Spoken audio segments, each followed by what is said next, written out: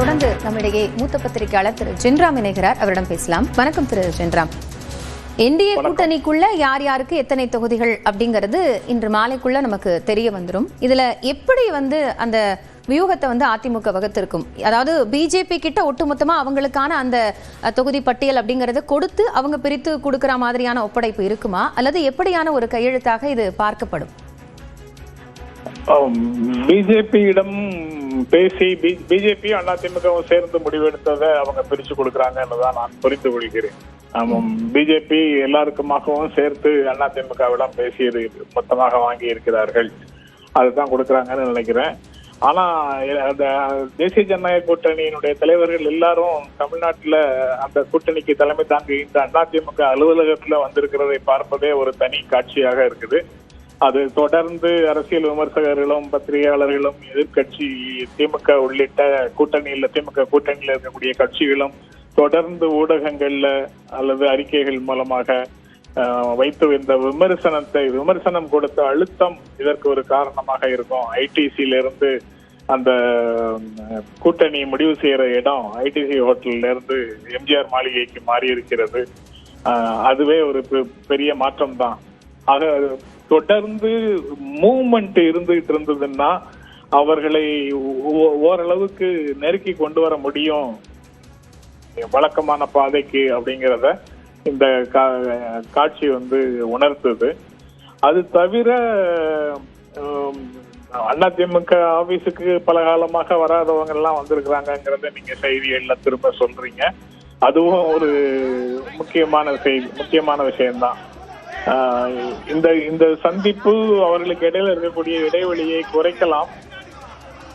But எவ்வளவு நெருக்கமாக அவங்க வேலை செய்தாலும், எவ்வளவு வலிமையாக அவங்க வேலை செய்தாலும், இன்னும் அடிப்படையில திமுக கூட்டணி தான் வலிமையானதாக இருக்கு. அங்க இன்னும் முடிவாகவில்லை என்றாலும் கூட அதுதான் இன்னும் வலிமையானதாக இருக்கு. இது இன்று மாலையில யார் யாருக்கு என்னென்ன தொகுதிங்கிறது தெரிஞ்சிடும். இனி வேட்புமனு தாக்கல் செய்வதற்கும் பிரச்சார திட்டங்களை வகுத்து செயல்படுத்துவதற்குமாக அதிமுக வேலையை தொடங்கிறோம் அப்படிங்கிறது ஒரு பக்கத்து செய்தியாக இன்று முடிவாகுது. அந்த வகையில அது வரவேற்கத்தக்கதுதான் அப்படின்னு நினைக்கிறேன். வேறு ஏதாவது அந்த கூட்டணிக்குள்ள வேறு செய்திகள் இருக்கா?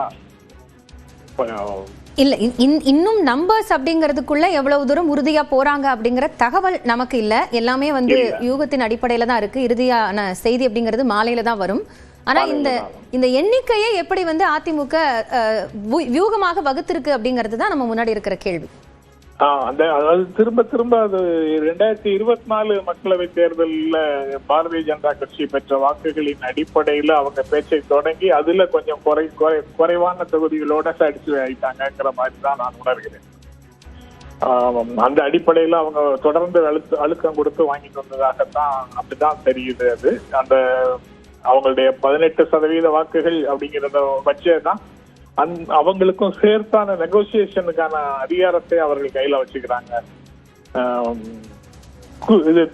ஒரு போஸ்ட்போன்ல தேர்தலுக்கு பிறகு ஒருவேளை ஒரு வாதத்துக்காக சொல்றதாக இருந்தா ஒருவேளை இவங்களுக்கு பெரும்பான்மை கிடைச்சாலும் இந்த அனைத்து கட்சிகளும் they will be loyal to BJP அப்படிங்கிற செய்தியையும் இது சேர்த்து உணர்த்துது அப்படின்ற உணர்வு தான் வருது. ஏன்னா 2024 மக்களவை தேர்தலில் அதிமுகவோடு இருந்த தேமுதிக இப்போ இல்ல, அவங்க கூட அங்க அதிமுக மட்டும்தான் இருக்குது. மீதி எல்லாமே என்டிஏக்குள்ள இருந்த கட்சிகளாகத்தான் இருக்கு. அதனால அந்த என்டிஏக்கு ஒட்டுமொத்தமாக பூவை ஜெகன்மூர்த்தி தவிர அந்த அமைப்பு தவிர மீதி எல்லாருமே பாஜகவுக்கு கட்டுப்பட்டவர்களாக அசம்பிள் ஆயிருக்கிறாங்க.